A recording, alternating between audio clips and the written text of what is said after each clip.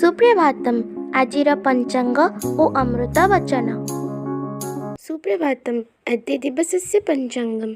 अद्य श्री श्वेतवराहकल्पस्य वैवस्वतमन्वन्तरः द्वितीयपरार्धः उत्तरायणः शीतऋतुः माघमासस्य कृष्णपक्षचतुर्दशी तिथिः सौरवासरश्च युगाब्द सप्तविंशत्यधिक एकपञ्चाशत्शतं विक्रमसंवत् द्व्यशीत्यधिक-द्विसहस्रं जनवरी मासस्य सप्तदशी तारिका। अद्य दिवसः सर्वेषां कृते मङ्गलमयं भवतु इति विभुपदारविन्दयोः विनम्रप्रार्थना।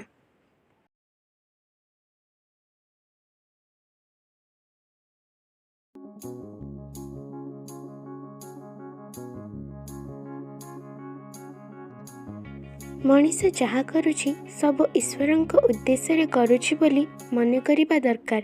ତାହେଲେ ଇନ୍ଦ୍ରିୟଗତ ଆକର୍ଷଣ ମୋହରେ ପଡ଼ି ସେ କରୁଥିବା ନାନା ଅପକର୍ମ ନିୟନ୍ତ୍ରିତ ହୋଇଯିବ।